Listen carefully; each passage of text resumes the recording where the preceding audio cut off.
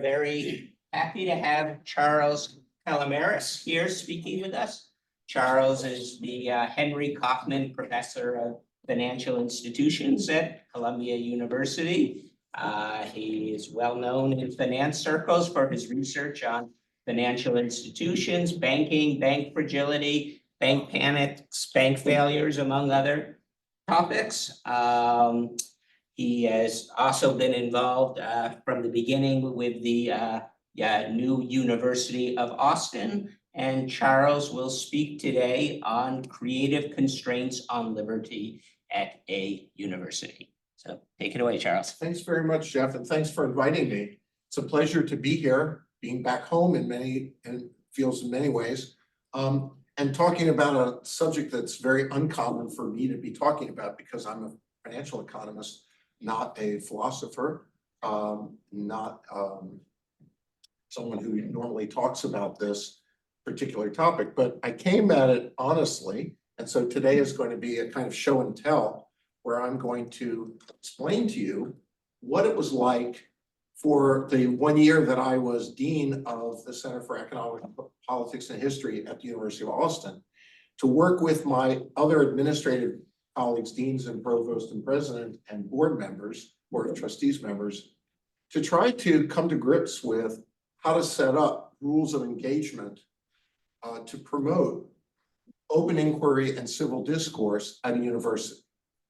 And before I go into what I did is I circulated for you a brief introduction and then also two documents, which I'll explain in a minute. One of them is a document I drafted, which I never used because I left the University of Austin, which was a document that was to be given to the faculty so that they knew exactly how I was planning to enforce the rules that had been established at the University of Austin on this topic. So you can really see in gory detail what I was planning to do. I'll talk a little bit about that, and then I'm going to talk briefly and let you all ask questions. And then the second document is the curriculum that I designed with the help of an outside board. And I'll talk more about why I think that's so important to this discussion, because I think that you make your life as a dean so much easier when you are very hands-on about what the rules of engagement are for constructing a curriculum. So I think that, to me, that's one of my big takeaways. So I'm going to start off with 6 major takeaways that came from that discussion. But before I get into what I learned from this discussion, I want to characterize it for you, because as I was telling Mauricio before, looking back on this now, I feel like, I'm not saying that where we ended up is unassailable or perfect or anything like that, but looking back on it, I look at this document and I say, well, this all seems kind of obvious to me. But I want to emphasize it wasn't obvious to us at all as we were struggling our way through it. There were shouting matches. There were, I don't know how to characterize it without embarrassing anybody, but just people were very engaged. People were very worried and sometimes very angry about this topic. And these are all people that shared a commitment to trying to establish a new university with a strong commitment to liberty. And so it was really not easy. And the main, of course, problem is, that's hence the title of my talk, is it really a good idea to have any constraints on liberty? And some people took a very strong position on issues, whether it had to do with hiring or teaching or what happened in the classroom or curriculum, that the university should be very hands-off. And of course, coming from a faculty background, you could even say that you have a feeling that what happens in your classroom between you and your students is almost sacred. And you don't really think that people should be getting into the middle of it, right? And so that perspective has a lot of validity to it. But then there's another perspective, which I'm going to argue I ended up adopting, and which is the perspective that we all agree on. And so what's interesting for me as I'm giving this talk is to recognize for you up front that I was more on the other side of that dichotomy before the engagement with this issue and talking to people So let me talk a little bit about what I think the conclusions are that I learned that are kind of constructive and helpful to share with you. Did you say you've already left UATX? And I just want to clarify, all of the statements I make today are in no way representing University of Austin or its official opinions. And also, I do want to clarify that I didn't leave because of this issue. But you left. I did. Okay, I left in September. okay. So 1 year only. Okay. I was there for a year. And I'm also happy to talk about other interesting topics that are kind of tangent to this issue of liberty, and wherever you want to take it. But I thought what I'd do is just start with the thing I circulated gave kind of 4 things I think I learned, but actually I've added to that over the last couple of days and now get up to 6. So the first thing I want to say is that a university is not the same thing as a society or a country.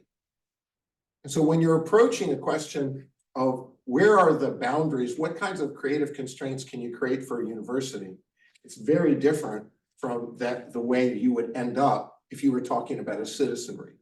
And by the way, this was the major, I think, hurdle that had to be overcome in our discussions, because many people were bringing to the university discussion their beliefs and their experience about liberty as citizens. Those are not the same thing. So most obviously, citizens are in a symmetric relationship with each other.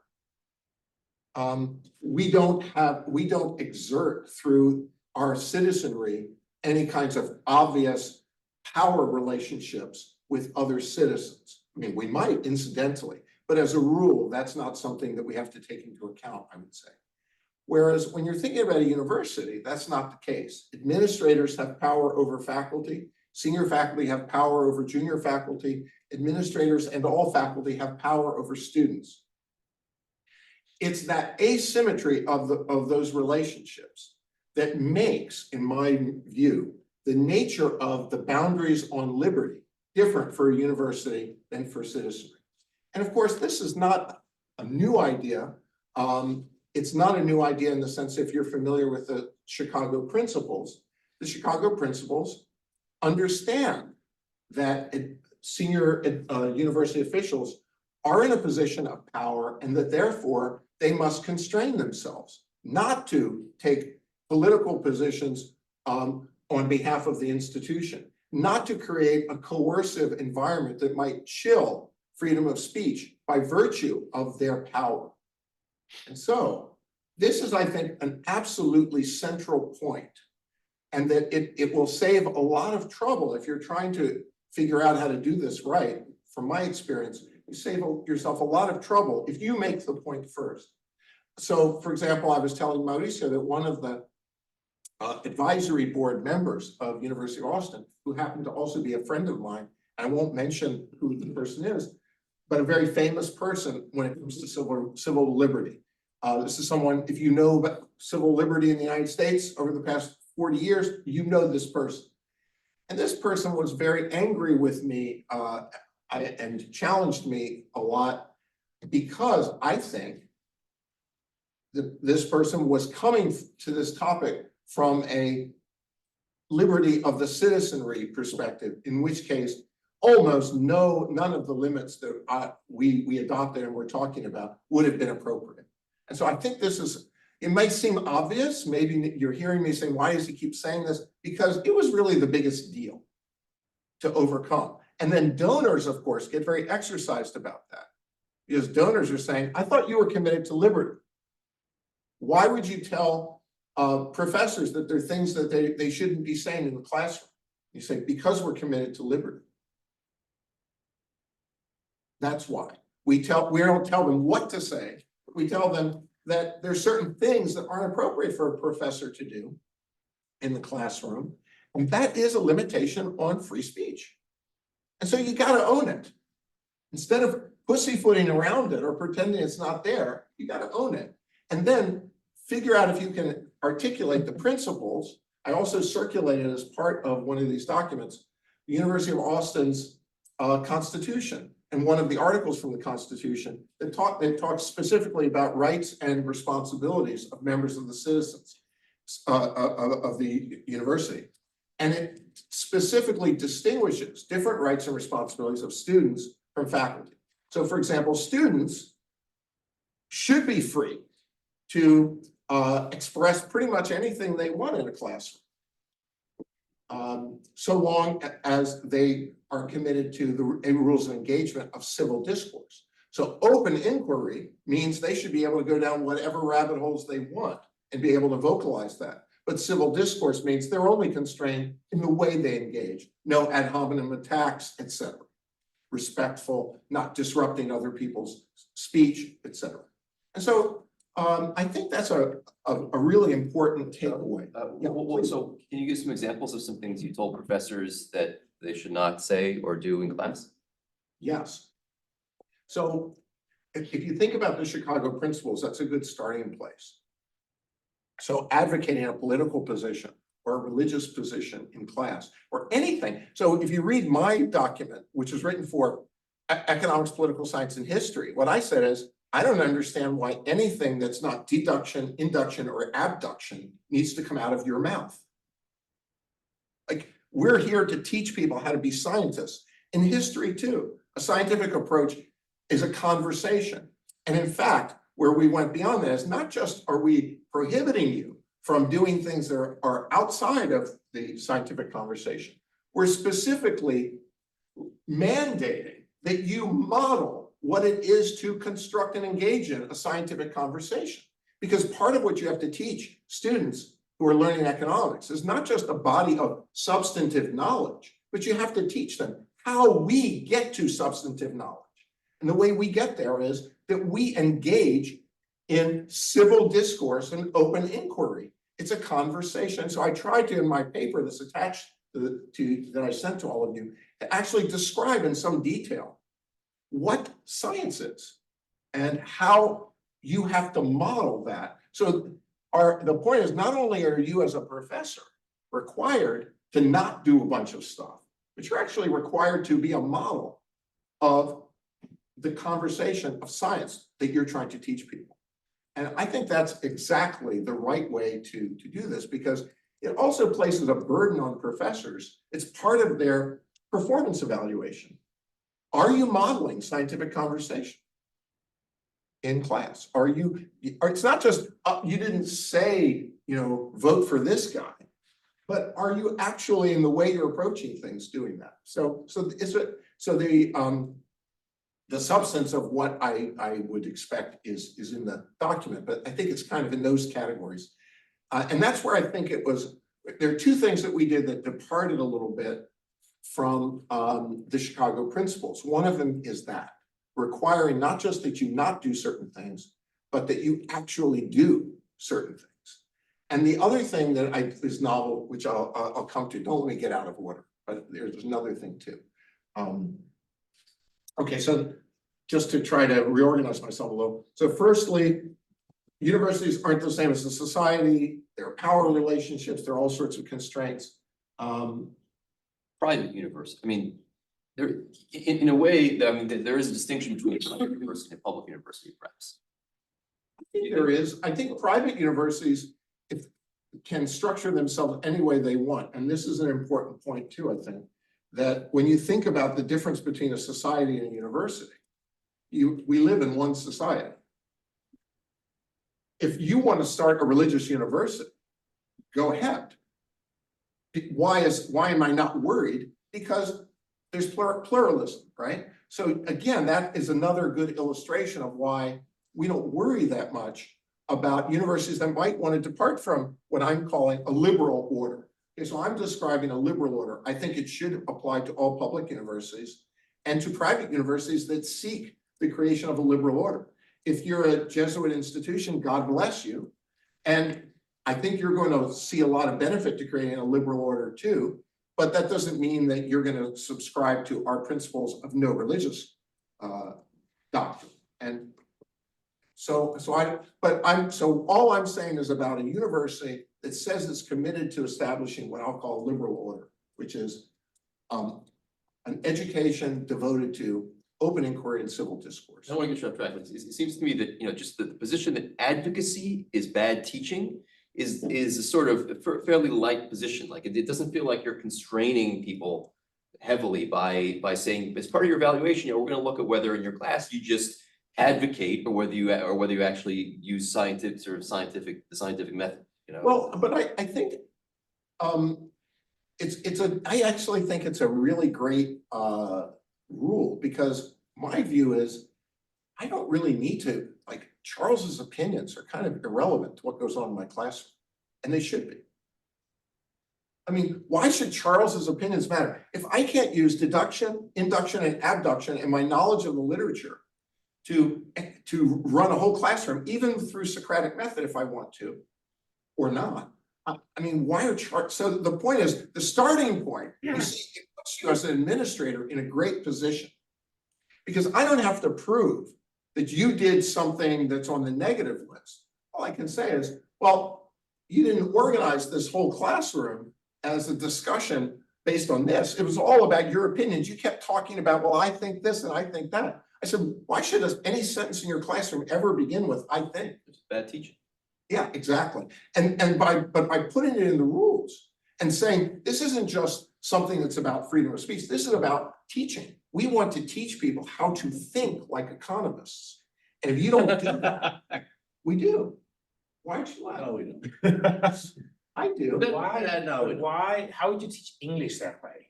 So it's not my job to figure that, but I will tell you that there are people in the humanities. There's a professor from the University of Chicago who in the 1960s made similar arguments about teaching in the humanities. But I think your question's great. I think you're saying we shouldn't teach humanities. No, I'm not. I'm not saying that. And we had, with the Dean of Humanities at University of Austin, he and I were talking about this very much. How do you think about, because in some sense, I agree with you. In the sciences, this is easier. And in social sciences and history, I think it's easier. In the humanities, it can be a little bit more difficult, but I think that you can still get there. But I want to also emphasize, because I'm jumping around, that a big part of what's going to help you get there is how much the curriculum, I'm sorry, I know I'm going to come to you, how much you have already baked into the cake what the subject matter of the classes is going to be through a very careful process of constructing a great curriculum and detailed syllabi. So for my center, I had not just the curriculum, I had the syllabi for every class we were going to teach. And it was created by a group of people whom they're listed in the document I sent. You all know. Steve Haber was on it. Avi Acharya was on it, by the way. Naomi Lamoureux was on it. Joel Mokir was on it. Deirdre McCloskey was on it. Bob Topel, Kevin Murphy, Sebastian Edwards. So those people didn't just say, oh yeah, this is a good idea. We'll teach some international economics and some macro. We sat down and said, show me what week by week, class by class. What are the readings? What are the topics? What are the questions being asked? We had like a sentence, a paragraph of questions being asked in each thing. So as an instructor, now of course, syllabi evolve over time, but they have to go through an approval process. And I'm very proud of where we ended up with our curriculum and our syllabi. And of course, there's always an opportunity or a possibility that you introduce bias through your syllabi. You can't avoid it in some sense, right? That's choice, but it has to be defensible in terms of, well, these are the best published articles in the top referee journals. Oh, and by the way, we are having students read referee journal articles. We're not having students in economics reading a bunch of tablet. So I actually think a big part of the solution to this is stop teaching crap to undergraduates in our universities. Teach them what we actually do and we talk about. Can I ask a question? David Henderson here. Oh, no, but before Dave, you ask, please, you ask because you've been very patient. So I am very sympathetic with your analysis of the asymmetry between teachers and students vis-a-vis the equality of citizens. 100%. I have a paper based on that premise, so I'm happy. I just want to ask if you are willing to distinguish between an introductory level course and a more advanced or even doctoral level course, for the simple reason of, is the asymmetry in itself structural, but based on knowledge. so that a fresh that is learning economics for the first time, they really don't know what they are saying because they're learning the thing for the first time. That's the purpose of the course. While if you're taking a very advanced PhD course about welfare economics, then you could actually have, you could actually have an eccentric position. For example, imagine I think that welfare economics is only correct if you assume that everyone has the same budget, and that way you control for inequalities of resources. And then I think it will be fine if in that course, in an advanced PhD course or even a senior level course, you actually see like, here's my position, I defend this position. It's deeply normative, right? Like welfare is only good. Who are we talking about? The professor? Yes. Well, the professor can do all that with Socratic method, right? So you can say, let's, in light of the reading and the question we have, let me ask you this question. Suppose that someone said this. But no, absolutely, you shouldn't say, here I am, Charles, and this is my position. Even in a PhD level course. I don't. I don't do it with PhDs. Why should I?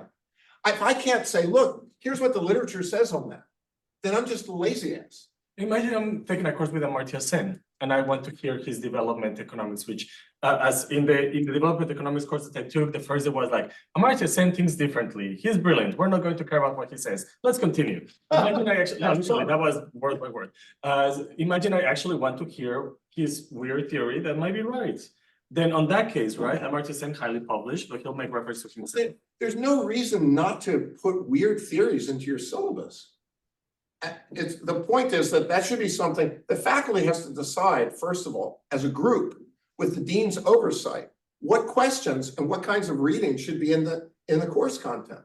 And of course, it should be very wide-ranging. I agree with you. But an instructor, I still don't see why an instructor ever needs to stand up and say, hey guys, I just want you to know, I think he's right. Why would you ever need to do that? Unless you're being lazy. And I actually think a lot of the problem is instructors are lazy. Instructors don't know all the literature. So they say, well, look, don't bother with reading up on this. Here's what kind of the bottom line is. It's like, no, that's not acceptable. So I think, and by the way, we're not talking about a PhD curriculum today. We're talking about an undergraduate curriculum.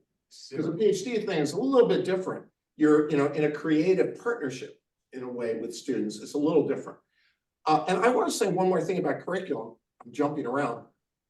And that is, once you actually sit down and ask yourself the tough question, if I'm really training social scientists, economists, they need to know a huge amount of economics, micro and macro, international, econometrics, by the way, basic cash flow accounting. All economics majors should know cash flow accounting and should understand how to do net present value analysis and risk, some idea of constructing measures of risk. That's in our curriculum for undergraduates.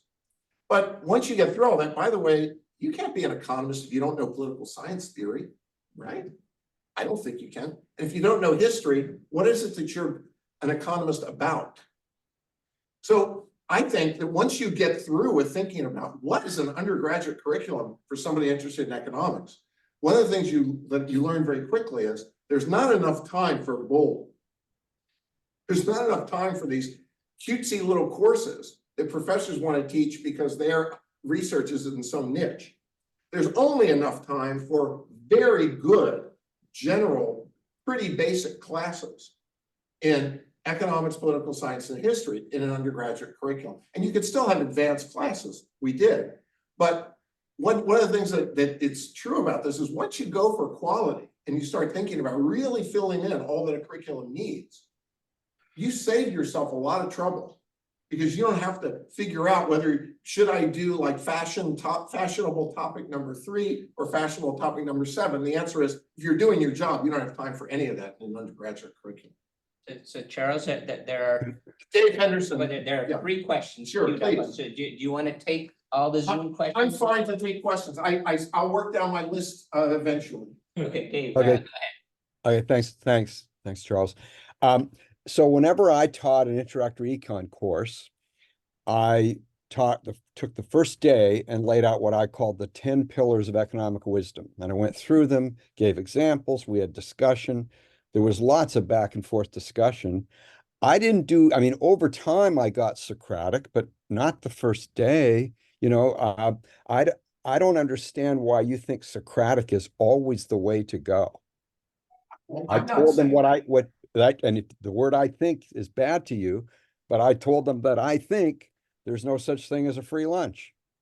I think the demand curve sloped downward, you know, so I No. don't know why you would say that's a bad idea. David, you shouldn't have said it that. You should have said, You the don't- reason there is I no want to free hear his lunch response. is Hey, very I want to hear his competitive response. markets. Right, I think you're using a shorthand. yeah, Let's let Charles answer. yeah, I think I'm not, first of all, I'm not saying you should only do Socratic method.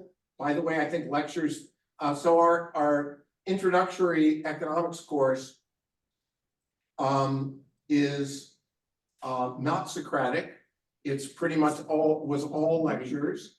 And the lectures were very well written out and organized. So you wouldn't do those 10 things in one day, because that's not the way that our curriculum is organized. But I don't see any problem with what you're saying. Okay. But the thing is that my expectations are higher. I don't want you to just say, this is what I think. I want you to say, you know, here's how we know that here's why this is a well-received. Oh, sure, sure. So it's just, and I think that when we don't do that, what we're actually teaching the students implicitly is that there isn't a process. Yeah. That it's just, we're the wise man and here we are. And now you can go and listen to some other person who will say, I'm the wise man. Oh, it's equal. No, it's not equal. If every time I open my mouth, I can support through deduction, abduction, and induction what I'm telling you, and I have a very well organized course with readings that show what I'm referencing, the students walk out and they say, well, gee, I don't know what political party this guy's from, but he sure communicated a lot of information to me. So I think that's really what I'm getting at. It's not that, you know, you're not going to convey your wisdom, and it's certainly not that you're going to use Socratic method all the time. It's really that you're just going to be careful about always modeling yourself as a scientific thinker so that the students can observe it and follow it. And it puts, of course, the dean in a great position, because it's much easier to detect that, because I've already told you, if a student complains that you're talking about your own opinions that aren't founded, that's a legitimate grievance to me, the dean. By the way, I want to mention, this is lesson number, I forget which, but one of the 6. I didn't mention it in the materials I circulated. Enforcement is going to be a lot easier on for this behavior coming from the dean in an environment where there is no tenure. University of Austin wasn't going to have tenure. We had something called incumbency, and incumbency was not tenure, because you're the dean, you have a contract period, no matter how old or young you are, no matter how long you've been around. There's some presumptions, there's some rules of the road to protect people. But if you do something in your classroom that I regard as egregious as the dean, we made sure I had the power to fire you, whether you were senior or junior. And I think this is a really important thing. It makes life a lot easier when faculty can be fired for doing things they shouldn't. Why are you talking in the past tense? Huh? Why are you talking in the past tense? I thought it's happening, Oh, but I'm not there.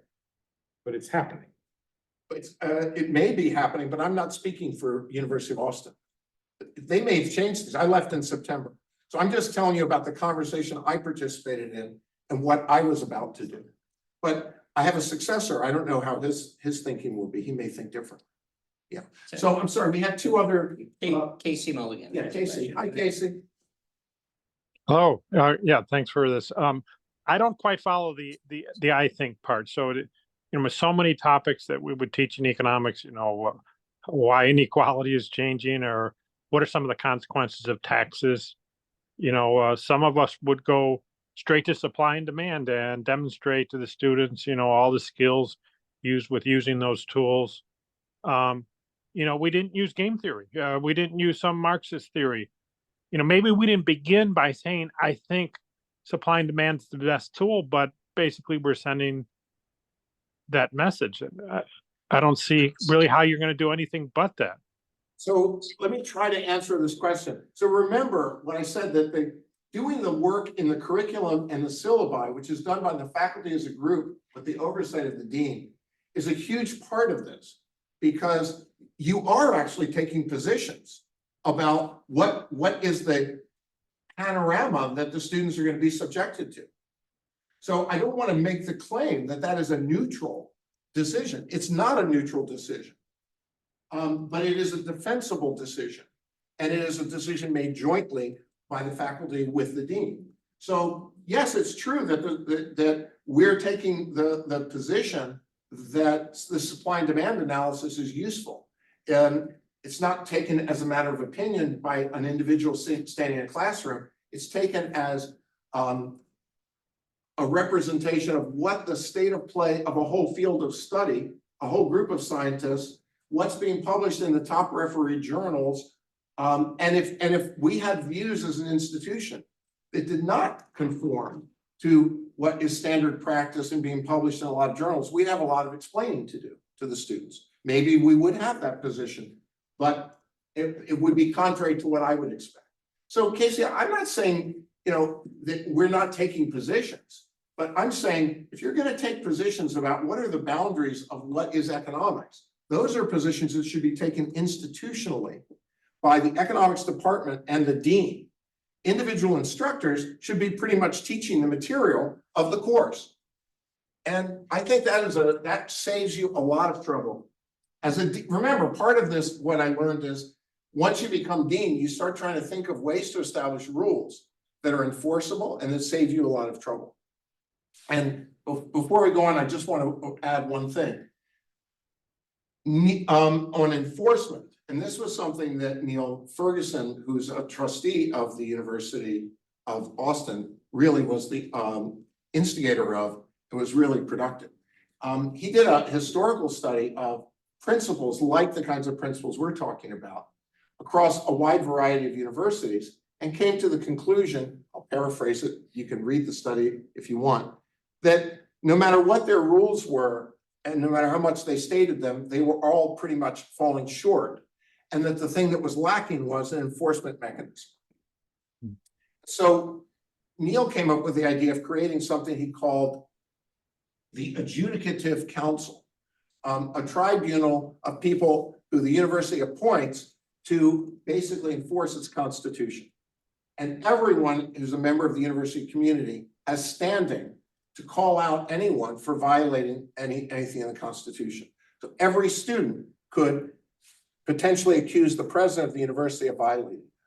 And so we really like this idea. I'll give you an example of why, from my own experience, this resonated so much with me. So in 2015, Columbia University adopted the Chicago Principles. Pretty much every week from 2015 until 2023, when he left, Lee Bollinger violated the Chicago Principles. Pretty much every week. And the Board of Trustees didn't care that he violated the principles. I think we could have an interesting discussion of the Columbia's Board of Trustees too. And the faculty didn't care and certainly didn't want to put themselves in a bad position of calling him out. Of course, I was happy to call him out all the time because at least, I wasn't worried about getting fired because I had tenure. Yeah, you had So that mechanism was useful for a useless purpose, which was my calling him out, because there's no mechanism. Much more useful is to actually have a mechanism for enforcing it, and then everyone is worried because anyone can be called out by another person. So that was going to be one of my 6 lessons. But I think we've got some other questions, so I'll just go to those. I think maybe Eric Rasmussen. Hi, Eric. Nice to see you. Hello.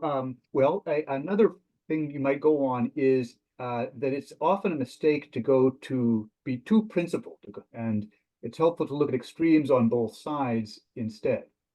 So, for example, it's very standard in universities to tell professors what they have to teach and what books they have to use if it's a large required introductory course.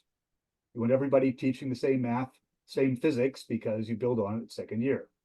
So we standardly do that in some cases. And should we do it for every course? Well, no, but you can you can look at the constraints on each side and see where you should be in between. Another example is once in Indiana, it's about 20 years ago, I think, I saw a syllabus from a PE course, physical education, and it turned out that most of the sessions were devoted to how bad Israel is and how much suffering the Palestinians had. It's totally ridiculous. And so rather than embarrass the university, I just told the provost, and the syllabus was quietly changed. But I think everybody would agree that that's something where you want somebody to step in with some kind of threat or pressure or norms to the professor. So Eric, I don't agree with you. I don't agree with you at all. I don't agree that it's worth it. The advantage of allowing instructors to have latitude, and I grant you there can be some advantages to that. I don't think it's so worth it that we just throw away the idea that the syllabus of every course has to be constructed and approved by the group of faculty. So I've come to the conclusion that in an undergraduate curriculum, certainly, especially because the courses are pretty basic, that there is no good reason for us to tell instructors that they can throw out the curriculum, that they can reorganize everything, they can do whatever they want. Now, if the instructor has a complaint, says, look, I've got this way of teaching it. I can teach all of microeconomics by starting off with game theory. By the way, someone has written a textbook that does that, right?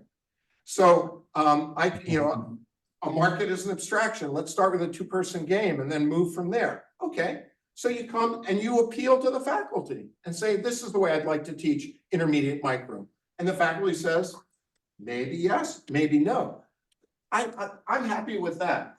I don't think that we really need, certainly in an undergraduate curriculum, to let professors start from scratch with their syllabi.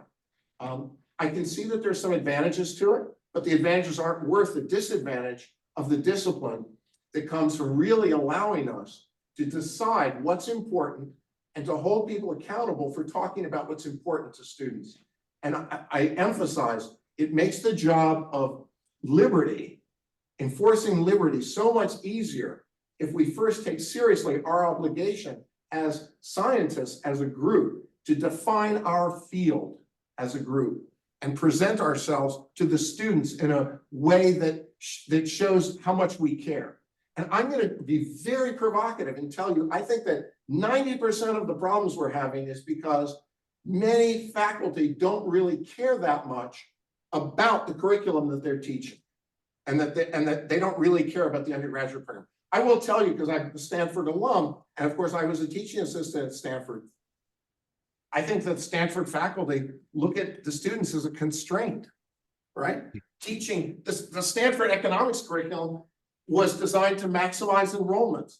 I asked somebody, I won't say which department, which university, but I asked somebody at a political science department, I said, why don't you teach any political science theory in your political science department as part of your requirement for the major? And they don't have any courses. It would be like teaching economics without micro, right? But they don't teach like voting rules or indifference curves involving coalition formation. There is no such course, by the way, here at Stanford. There is no such course for undergraduates. Did you know that? Yeah. Okay, so why is there no such course? I'm going to tell you. They're competing for undergraduate enrollments because that's what gets you slots for hiring. And if political science became too rigorous, well, students that are very rigorous want to be economics majors. Students that don't want to be rigorous are thinking between political science and history. If you make political science too rigorous, it'll be a bimodal thing. The rigorous students will go to economics, the non-rigorous will go to history, and you got no friends to play with. So you basically debase the currency in political science. So I've been around a long time. I've watched how professors operate. Part of the problem of curricula and teaching that's not very good is that we let a lot of crap in. And of course, business schools are the worst offenders. They are. Law schools. Okay, law schools. Oh, yeah, medical schools, oh my God, they get much worse than us. And we're still big and big. Notice how much, what I'm emphasizing, how much of the solution is taking responsibility as a group for our curriculum and syllabi.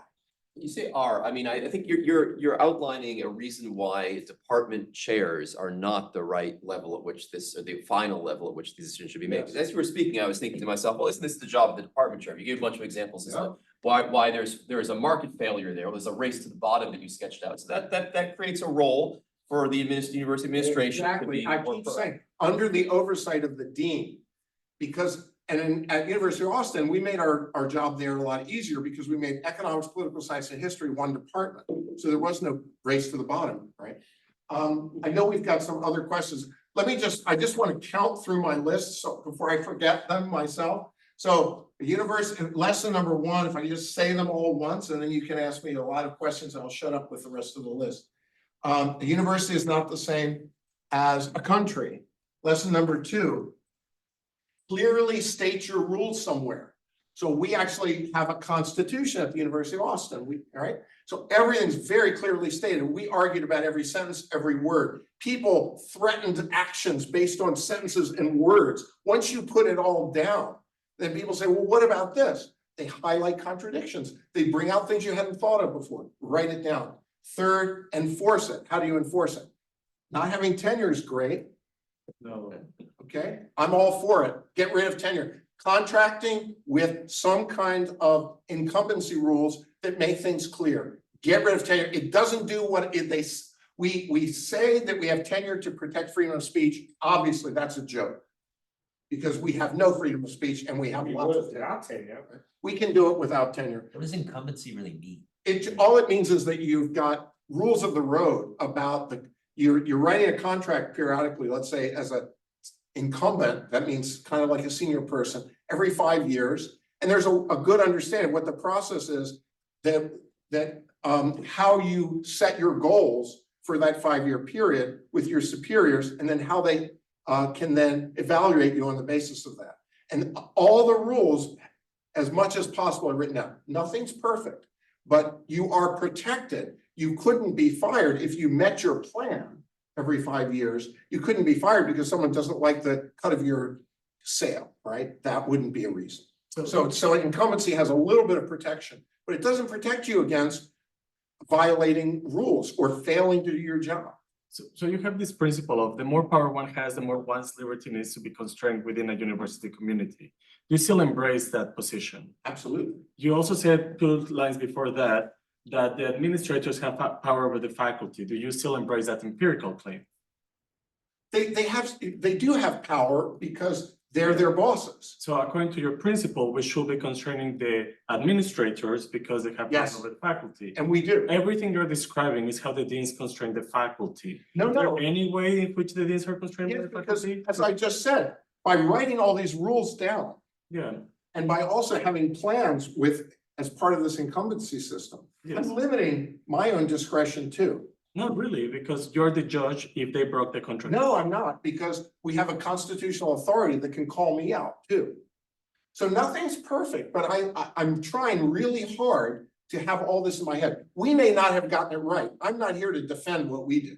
I'm here just to give you a window into what it feels like to sit down for a year with a lot of other smart people and have really angry conversations about things that matter, right? Okay, but let me still get through my list.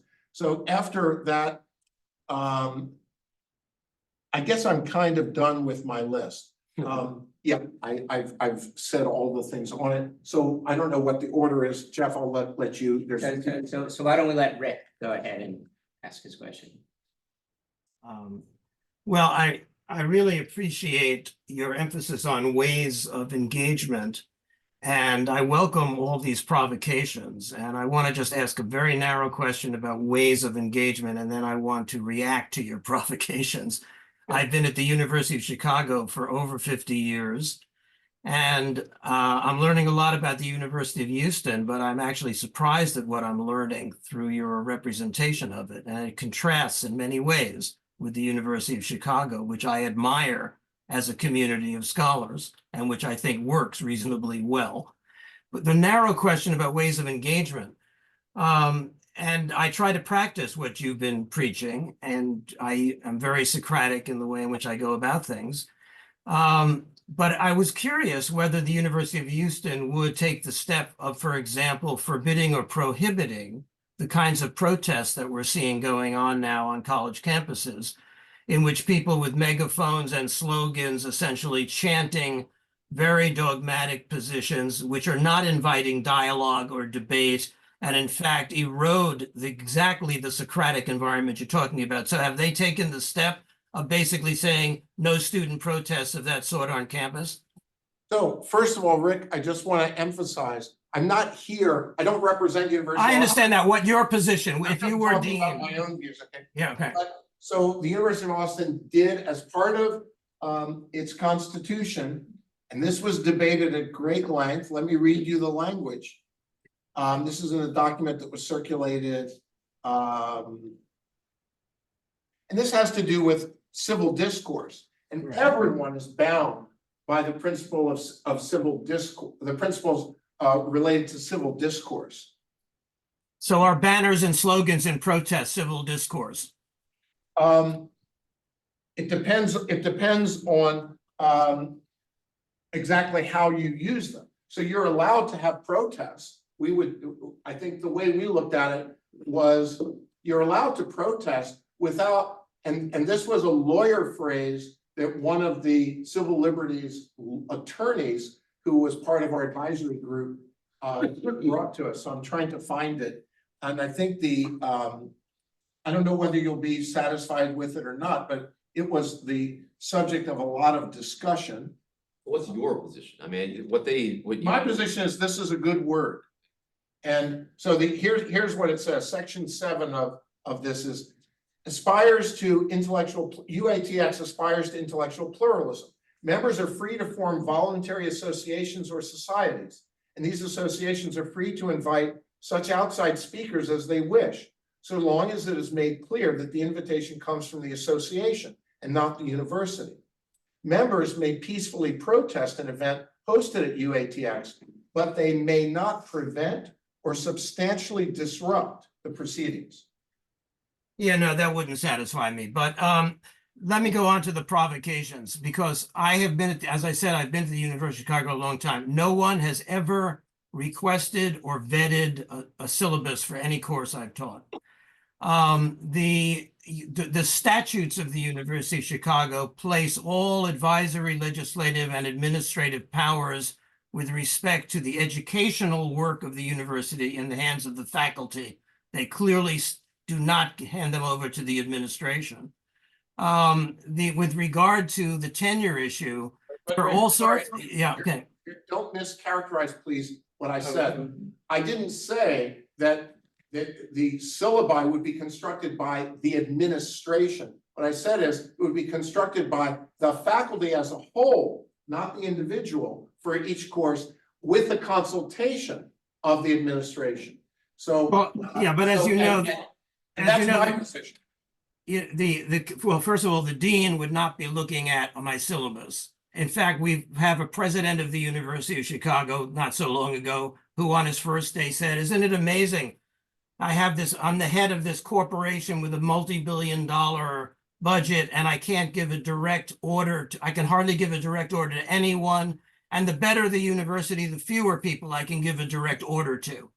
And what we do is we count on the administration, and there's a long tradition of the administration defending what goes on in a community of scholars, which is associated with intellectual autonomy of individual faculty and individual students. I get it. I get what you're saying. No boss, no boss. Okay. I get what you're saying, and I don't think that's just not where I come down, because I think that, by the way, the University of Chicago's had a lot of problems in recent years, living up to its own principles.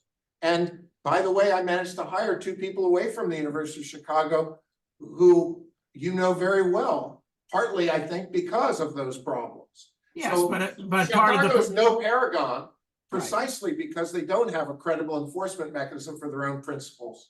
no And that what I'm suggesting is if you make this process more along the lines I'm suggesting on syllabi, you will make that enforcement mechanism a lot easier, and it's worth it, because we as a faculty should have this. By the way, I've lived under this regime. So as Mauricio can also attest, at Columbia Business School, where I was for 26 years, I didn't get to just teach whatever I wanted.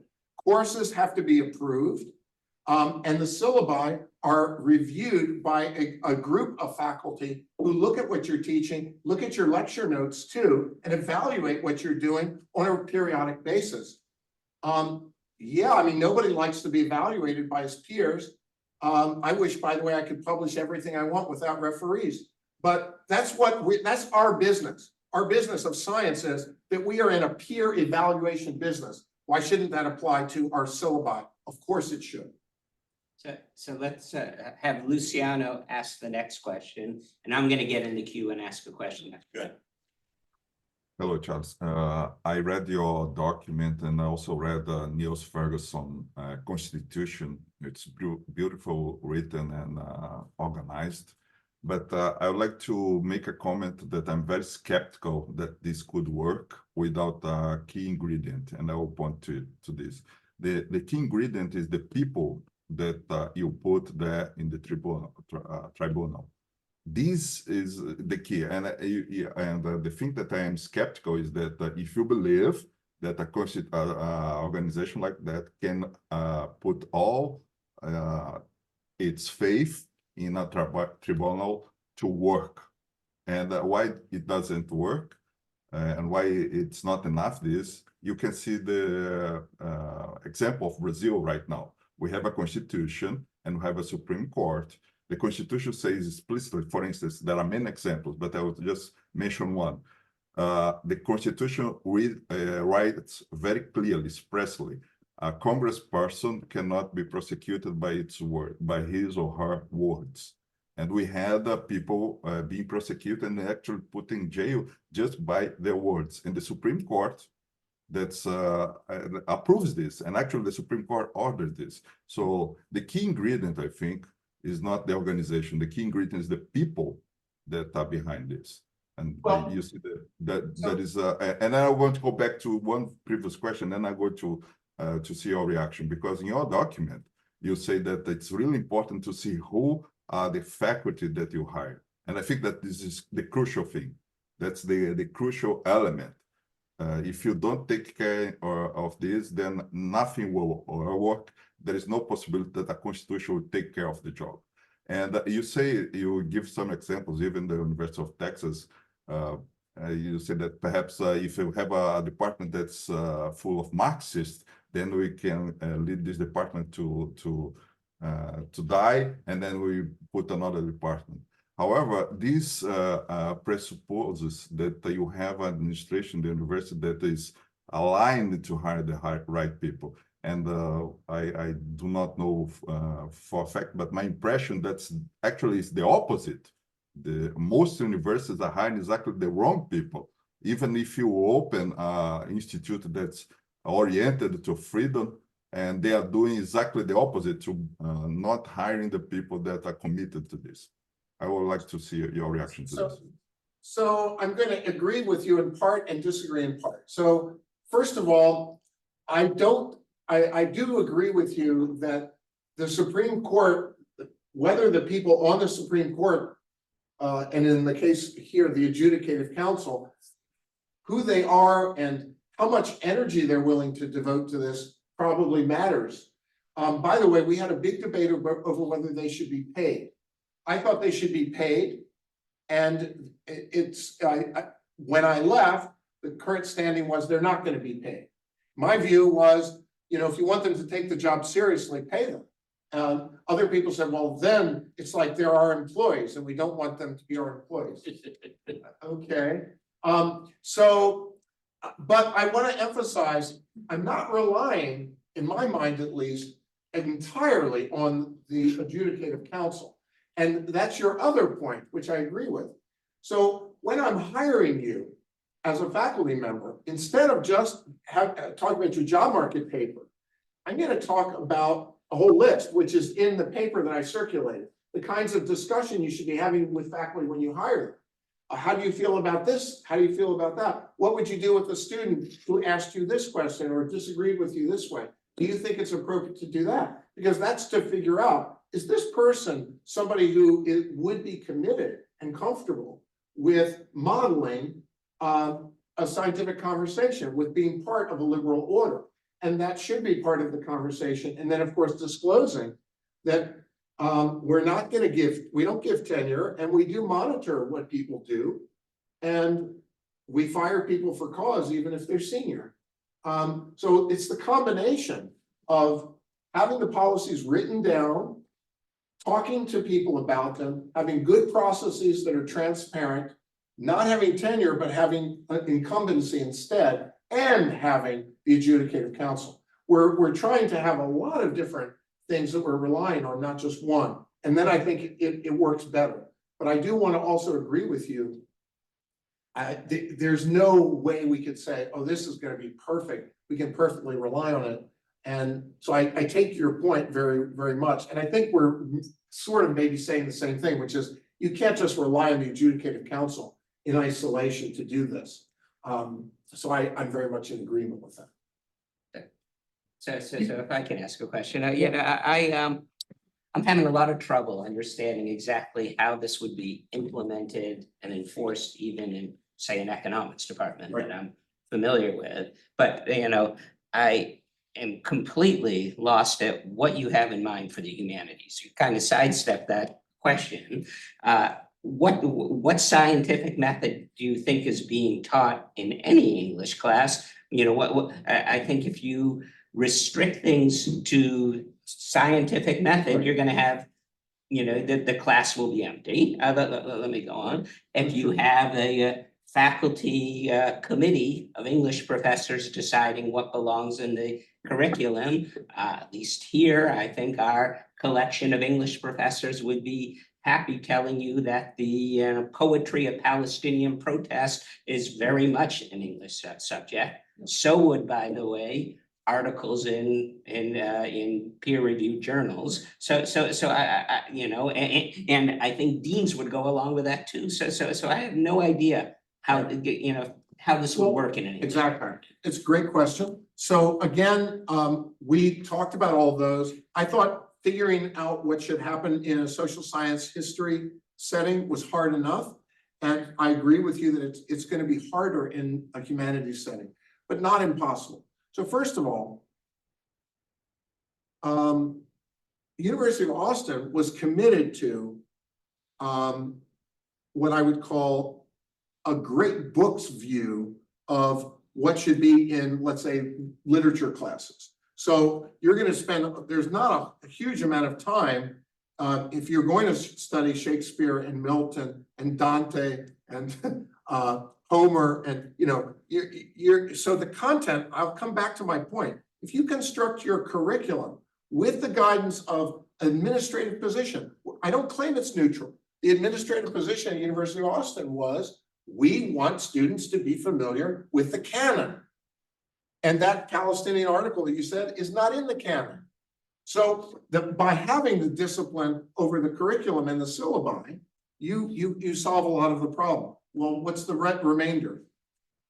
Okay, so they're going to talk about Hamlet, but I'm not going to actually read through Hamlet. Well, wait a minute. It says here that these two sessions are devoted to students doing X and Y and answering these questions about Hamlet. So by structuring the syllabi, I know that it's not something we faculty like hearing, but by structuring it where each class has some specific things it has to actually talk about, you actually go a long way. And then with the negative prohibition, that you're not going to use Hamlet as an opportunity to do political or religious or other kinds of advocacy. That may be as far as we can get with humanities. We may not be able to get to modeling a conversation based on deduction, induction, and abduction. But so I grant your point. It may be harder in humanities, but we can go a long way with a disciplined curriculum and syllabi on the order that I'm describing. And you might think that's just too rigid. On the other hand, you're the ones at a university that's teaching stuff that's not in the canon and students don't know their S from third base. So maybe this isn't such a bad idea. No, I don't really see how any of what you just said followed from those principles. I'm saying that a great books canon sounds to me like a great idea. Right. But as a matter of opinion, not as a matter of any. No, but it's a matter of the collective. I just want to say this over and over again. I'm not saying that you can avoid having opinions as a faculty. What I'm saying is you can avoid allowing individual faculty to have free reign in exercising over the students, whatever opinions and whatever subjects and whatever readings they want. You can actually do your job as a university and say, here's our curriculum, here are our courses, here are the questions our courses address. By the way, let me tell you something, having just been through it. If you're applying for accreditation, that's what you have to do. You actually have to do that. You have to talk about each class and what's happening each week and what the questions are that are being addressed. So it's not like, Stanford, you should all be going through this to keep your accreditation, right? That's what accreditation is all about, is having a collective opinion expressed to your accreditation authority about what goes on in your classrooms. So why is this so unnatural? And it would solve the problem. It wouldn't solve it. I grant you, Jeff, it won't get you all the way to how to model like a scientific conversation. I don't see how you do that in humanities either. But I can solve a lot of problems by telling them, if you just spent 3 weeks doing Hamlet and you never read it because you read some like deconstructivist nonsense about how Hamlet was really gay or something. I'm sorry, that's not the job you were hired to do. That's not what this said, and you're fired.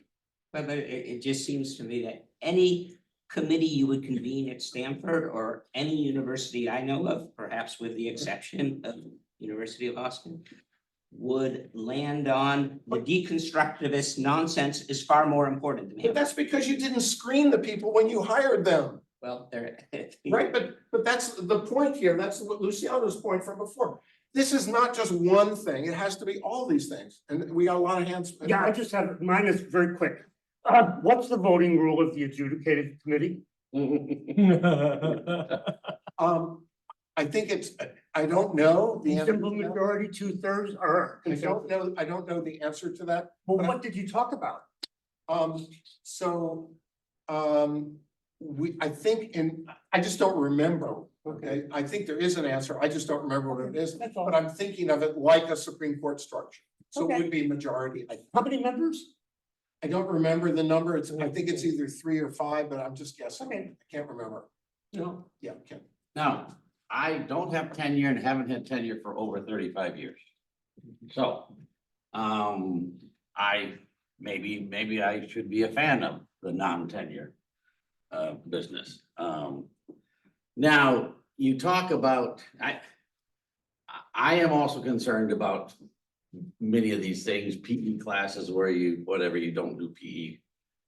I might have preferred PE classes where I didn't do PE, but no, this is crazy, the example that was given. But I'm thinking that one step in that direction is just transparency and openness. But that's not allowed in today's universities. I sent a business matter email to journal editor. And I got back a vicious, nasty response, which also basically attacked the scientific method. And I was tempted to then point out publicly, well, a high-level Stanford University official didn't think there was anything wrong with this email. You just sometimes people, his response was sometimes people don't get along or whatever. A Stanford lawyer told me that I probably should not publicize this on the web because the guy might sue me under US copyright law.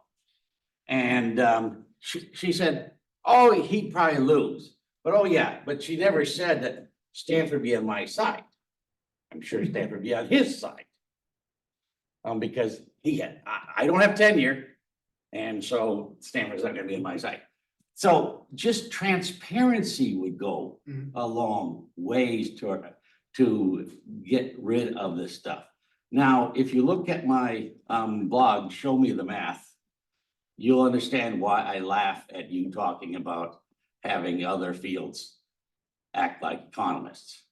you'll also see an example of why I argue that the Chicago principles are a joke, or at least at Chicago. Censorship is allowed at Chicago, and I document an example of that. So, it's transparency.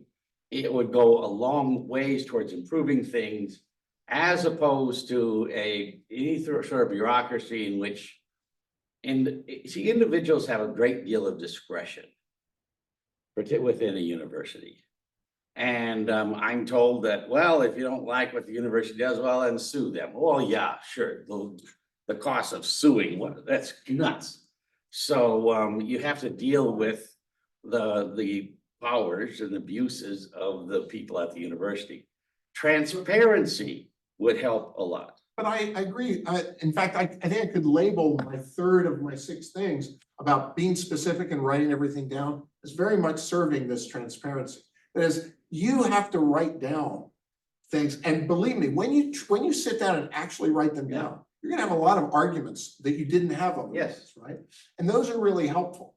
Another aspect of transparency, because I actually do care about what happens in the classroom. Another aspect of transparency is, how do you actually find out, other than students complaining to the dean or to the council, how do you find out what's going on in the classroom?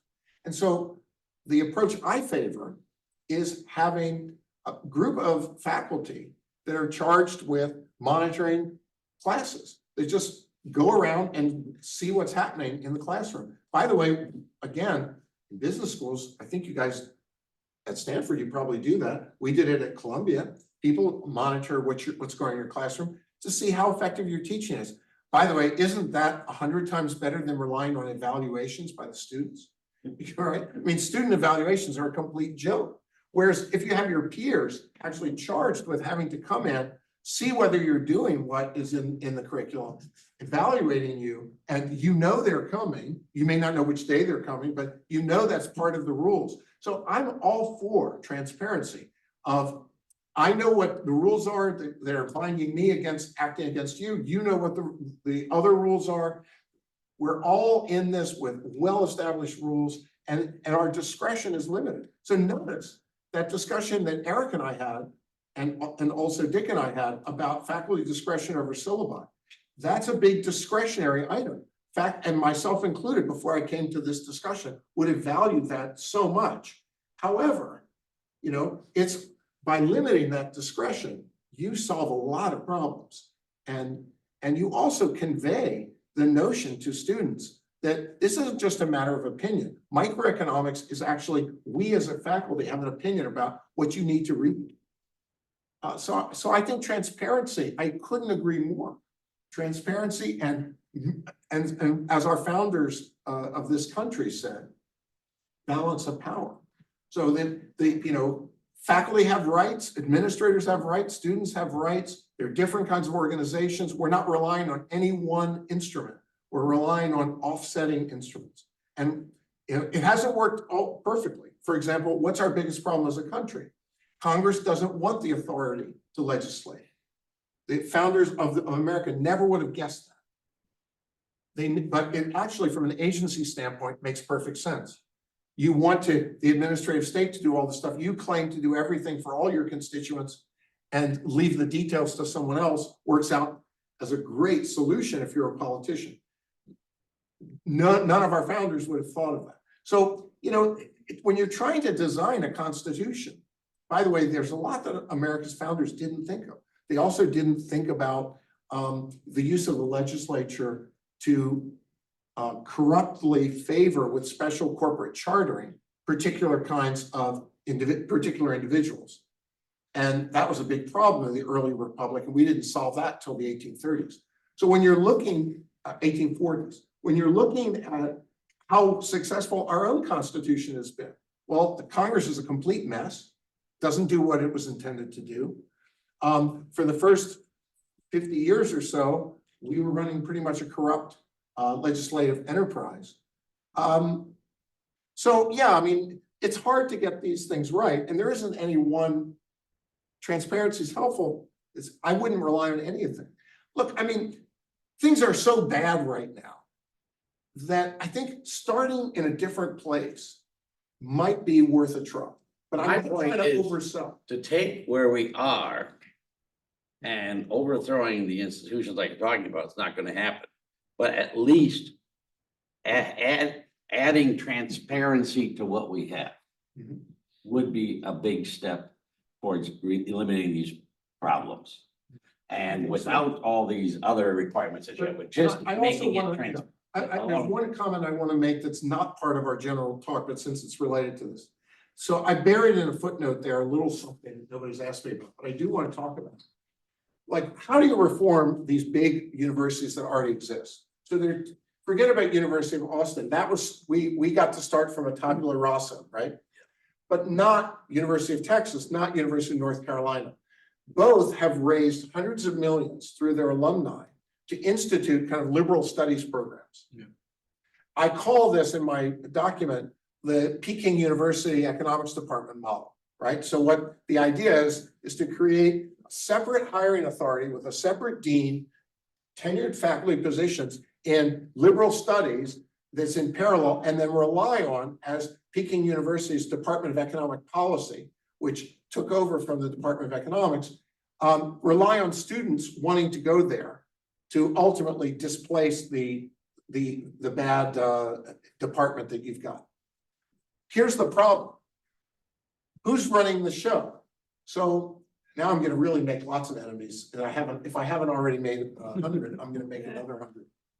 Here's what I observed at University of Texas. So a great economist, Brazilian, who I won't name, managed to raise $200 million to create a liberal studies program at University of Texas.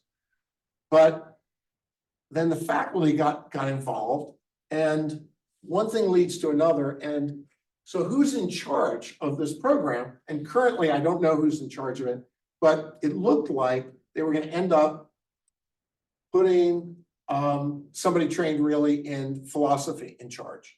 That's also what happened at University of North Carolina.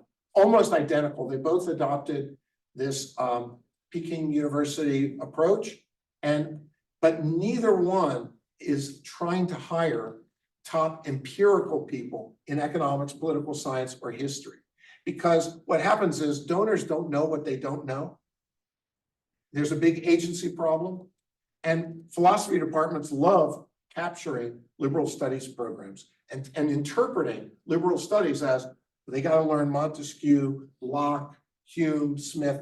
That's all great. I agree with them. But they really also need to learn economics, political science, and history. And what I'm seeing so far is I don't really have much confidence that this is going to work. So I'm not very optimistic either. You know, you're saying do some transparency, fine, but I'm not here to tell you I'm optimistic. But in the back. First has had it for a long time. Okay, oh, please. You just walk in. I was just saying, you're referring to the Civitas Institute at, yeah. I know the Civitas Institute, yes. Is that what you mean by liberal art? No, this is something different. This is a new. School of Civic Leadership. So what I want to emphasize is what both of these places, University of North Carolina, University of Texas, are currently doing that's interesting. They're saying, we know we can't have a politically neutral liberal studies program that will achieve civil discourse and open inquiry within our existing economics departments. I'll tell you a funny story. What that was being debated. Well, of course, the economics department at University of Texas would be completely open to anyone. And so the person called the chairman of the department and said, would you be open to hiring this person? And I won't say who it was. He's a famous economist. And the person having the debate said, well, of course, they'd love to hire him. He said, my faculty would never hire him given his politics. So that actually happened. That's a real conversation. And then that was very convincing to them. Oh, so we need to create our own line of authority for liberal studies because economics isn't going to do it. Okay, can I? Yeah. I'm very sympathetic to your basic argument, which I think is something I haven't thought of before, but I think is correct. That basically laziness has a lot to do with the problem where we're sitting right? Yes, I agree. But here's my concern is that I don't necessarily see what you've outlined as the solution to that, because people will continue to be lazy. You know, deans will be lazy. Yeah. right? And so my concern is trying to legislate hard work, that seems to be pretty difficult to do. You know, it's a great point. I mean, you know, I'm trying to construct a set of ideas that will work through incentives. And assuming that there are resources, and that's a big assumption, that there are resources in the hands of people who want to see an ordered, a liberal order constructed, and who will then construct to reward excellence, which will reward work. And that's my premise. If that doesn't exist, we don't have people who are willing to construct the incentives and have the resources to reward excellence, then of course this won't happen.